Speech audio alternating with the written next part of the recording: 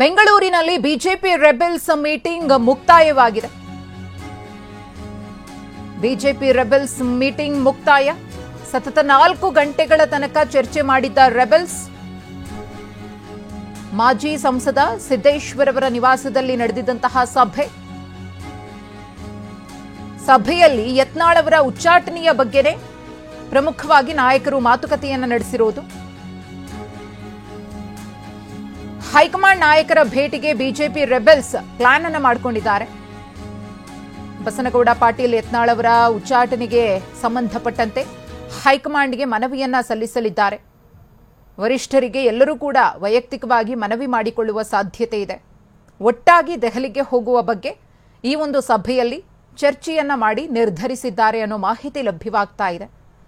ಯತ್ನಾಳ್ ಅವರನ್ನ 6 ವರ್ಷಗಳ ಕಾಲ ಉಚ್ಚಾಟನೆ ಮಾಡಲಾಗಿದೆಯಲ್ಲ, ಆ ನಿರ್ಧಾರವನ್ನ ಮತ್ತೊಮ್ಮೆ ಪರಿಶೀಲಿಸಿ ಅಂತ ಹೇಳಿ ಹೈಕಮಾಂಡ್ ಮಟ್ಟದ ನಾಯಕರ ಬಳಿ ಮನವಿಯನ್ನ ಮಾಡಿಕೊಳ್ಳುವುದಕ್ಕೆ ಇವತ್ತಿನ ಸಭೆಯಲ್ಲಿ ಭಾಗಿಯಾಗಿದ್ದ ಬಿಜೆಪಿಯ ರೆಬೆಲ್ಸ್ ಬಣದಲ್ಲಿ ಗುರುತಿಸಿಕೊಂಡಿರುವಂತಹ ನಾಯಕರು ನಿರ್ಧಾರವನ್ನ ಮಾಡಿದ್ದಾರೆ ಅನ್ನೋ ಡೀಟೇಲ್ಸ್ ಲಭ್ಯವಾಗಿದೆ.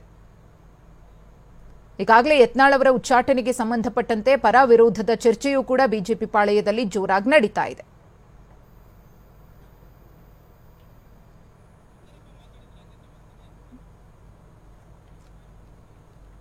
ಎತ್ಕೊಂಡು ಹೋಗ್ತಾ ಇರ್ತಕ್ಕಂಥದ್ದು ಮಾತು ಹೇಳಿರ್ತಕ್ಕಂಥದ್ದು ಏನು ಅಂದ್ರೆ, ಸನ್ಮಾನ್ಯ ಯತ್ನಾಳ್ ಅವರ ಬಗ್ಗೆ ಯಾವ ಗ್ರಹಿಕೆಯನ್ನ ಮಾಡಿದ್ದಾರೆ, ಆ ತಪ್ಪುಗಳು ಏನಾದರೂ ಅವರಿಂದ ಆಗಿದ್ರೆ ಇಂಡಿವಿಜುವಲಿ ಅದನ್ನ ನಾವು ನಾವೆಲ್ಲ ಅವರು ಕೂತ್ಕೊಂಡು ಚರ್ಚೆ ಮಾಡಿಬಿಟ್ಟು ಮುಂದೆ ಹೋಗ್ತಕ್ಕಂಥ ವಿಚಾರವನ್ನು ನಾನು ತಮ್ಮ ಮುಂದೆ ಇಟ್ಟಿದ್ದೀನಿ.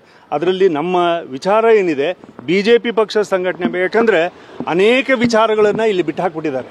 ಮೊನ್ನೆ ನಡೆದಂಥ CD ಪ್ರಕರಣ ಏನಿದೆ, ಎದುರ ಬಿಟ್ಟು ಹಾಕಿದ್ರು. ಆಮೇಲೆ SCP TSPದು ಅದನ್ನ ಬಿಟ್ಟು ಹಾಕಿದ್ರು.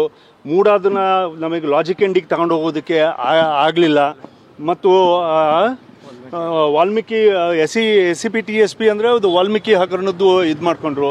ನಾವು ನಮ್ಮ ಪ್ರಯತ್ನದಿಂದ ಏನು ವಕ್ಫ್ ವಿಚಾರವಾಗಿ ಆಯಿತು, ಇವಾಗ ಅದು ಒಂದೇ ಬಿಲ್ಲು ಮಾತ್ರ ಅಲ್ಲಿಗೆ ತಗೊಂಡು ಹೋಗ್ಬಿಟ್ಟು ಅದನ್ನ ಒಂದು ತಾರ್ಕಿಕ ಹಂತಕ್ಕೆ ತಗೊಂಡು ಹೋಗ್ತಕ್ಕಂಥ ಕೆಲಸ ಆಗಿದೆ ಹೊರತು ಕರ್ನಾಟಕ ರಾಜ್ಯದ ಬಿಜೆಪಿಯಿಂದ ಏನಾಗಬೇಕಾಗಿತ್ತು, ಇಲ್ಲಿರ್ತಕ್ಕಂಥ ಸಂಘಟನೆಯಿಂದ ಏನಾಗಬೇಕಿತ್ತು, ಅದು ತಾರ್ಕಿಕ ಹಂತಕ್ಕೆ ಕಾಂಗ್ರೆಸ್ನ ಮಣಿಸೋ ರೀತಿಯಲ್ಲಿ ಆಗಿಲ್ಲ.